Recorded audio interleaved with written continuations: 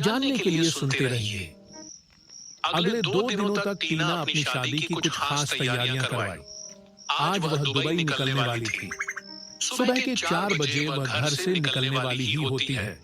तभी उसके किचन में बहुत बड़ा ब्लास्ट होता है। किचन के बाजू वाले कमरे में एक 17 साल का माली का लड़का सोया हुआ था। ब्लास्ट के दौरान टीना और लड़के के अलावा घर में कोई नहीं था। यह ब्लास्ट की आवाज सुन अपने अपने क्वार्टर्स में तैयार हो रहे मायरा और अहान को झटका लगता है। दोनों एक साथ बाहर निकलकर आते तो देखते हैं कि टीना का मैंशन बुरी तरह से अपनी आंखों के सामने जल रहा था।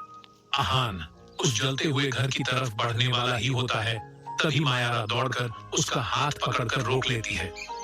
अहान उसकी तरफ असमंजस में देखती है तो मायरा धीमी आवाज में बोली, आसपास कोई तो होगा जो इस घर पर और हम लोगों पर नजर रखे होगा। So don't be in a haste.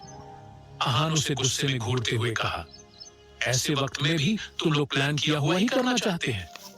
आगे कुछ और भी बोलता, तभी विहान घर से बाहर आया और अहान के कंधे पर हाथ रख बोला, आई डोंट थिंक बॉस अंदर होंगी। आप लोगों को लगता है कि उन्हें इन सब के बारे में पहले से नहीं पता होगा। मेरा मानो तो आप लोग एयरपोर्ट के लिए निकल जाए। क्या पता बॉस आप लोगों का वहीं पर इंतजार कर रहे हो। अहान फिर भी कुछ सोच रहा था तो मायरा ने अहान का हाथ पकड़ घर के अंदर भेजते हुए बोली, जल्दी से अपना बैग लाए ताकि हम जल्दी एयरपोर्ट के लिए निकल सके। अहान उसी परेशानी में अंदर गया, अपने बाल सवारे, भगवान और अपने पापा को प्रणाम किया और अपना बैग लेकर बाहर आ गया। विहान के गले लगकर मायरा को भी अपने घर से निकलने के बाद दोनों वहां से कैब में निकल गए। जब अहान और मायरा एयरपोर्ट पहुंचे, पहले टीना को ढूंढने की कोशिश की, लेकिन वह कहीं नहीं दिखी। मायरा ने टीना के पायलट को भी कॉल करने की कोशिश की, लेकिन उनका मोबाइल तो बंद बता रहा था। थोड़ी देर इंतजार करने के बाद भी जब टीना नहीं आई तो अहान को बेचैनी होने लगी। वह मायरा से कहा, चलो वापस चलते हैं, मुझे लग रहा है कि वह घर के अंदर ही फंसी होगी। जितना भी इंतजार कर लो वो नहीं आएगी।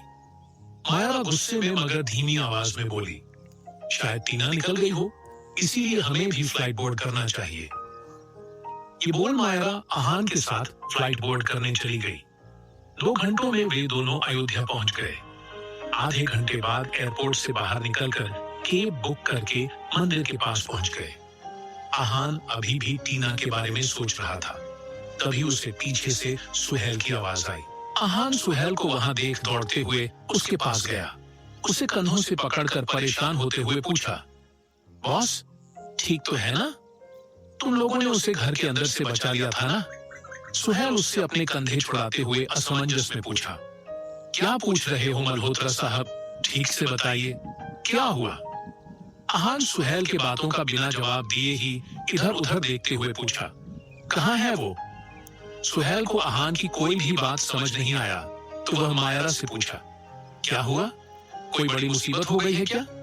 सुबह जो टीना के घर का ब्लास्ट हुआ था उसके बारे में मायरा सुहेल को समझा दी तो सुहेल हैरान हो गया। उसने तुरंत अपना मोबाइल निकालकर किसी को कॉल करने लगा। अहान टीना को ढूंढते हुए खुद से उन गलियों में चला जा रहा था। मायरा अहान को ढूंढते हुए उसके पीछे चली गई। तभी मायरा का मोबाइल बजा। मायरा ने जब स्क्रीन पर देखा तो सिर्फ नंबर फ्लैश हो रहा था। उसने कुछ सोचते हुए कॉल पिक कर लिया।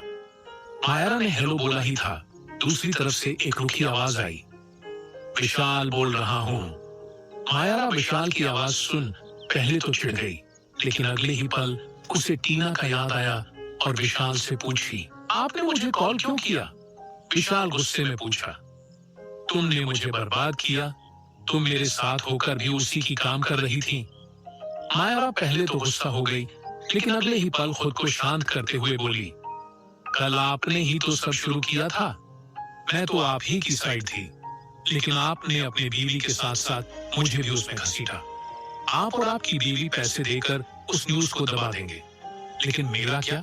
मेरी इज्जत तो सारे आम नीलाम होती और साथ ही साथ समाज में मुंह दिखाने लायक नहीं रहती। विशाल गुस्से में चिल्लाते हुए कहा, एक अनाथ को उसकी इज्जत और समाज की बड़ी फिक्र है?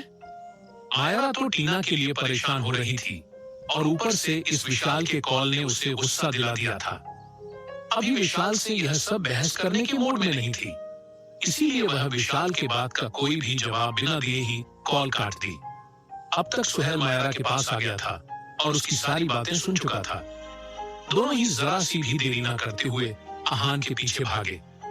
इतने में सुहेल के मोबाइल पर टीना का कॉल आया। सुहेल ने कॉल पिक कर सड़क पर भागते हुए पूछा, बॉस आप कहाँ हो?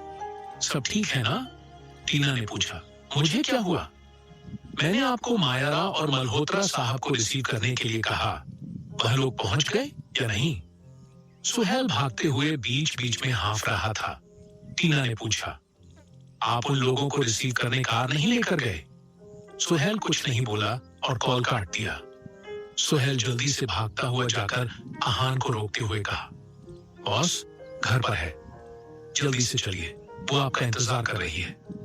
यह सुन मायरा जो आहान के पीछे थी, वह सुहेल पर जो लोग ग्रो करते हैं क्यों आप झूठ बोल रहे हैं? सुहेल रिस्पेक्ट कमाते हैं। डाउनलोड ग्रो अपना मोबाइल स्क्रीन आगे करते हुए कहा, बॉस ने मुझे अभी कॉल किया और आप दोनों के बारे में पूछा, इसीलिए जल्दी चलिए। अब आहान और मायरा उसके साथ चले गए। एक पुरानी मगर बड़े घर के सामने पहुंच गए।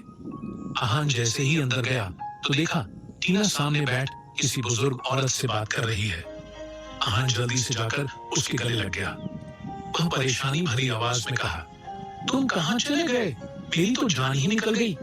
टीना उसे गले लगता देख घबरा गई और तुरंत सुहेल को इशारा कर दिया।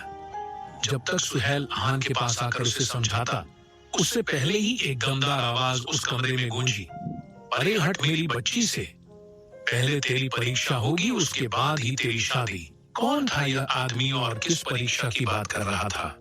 ब्लास्ट किसने करवाई? जानने के लिए सुनते रहिए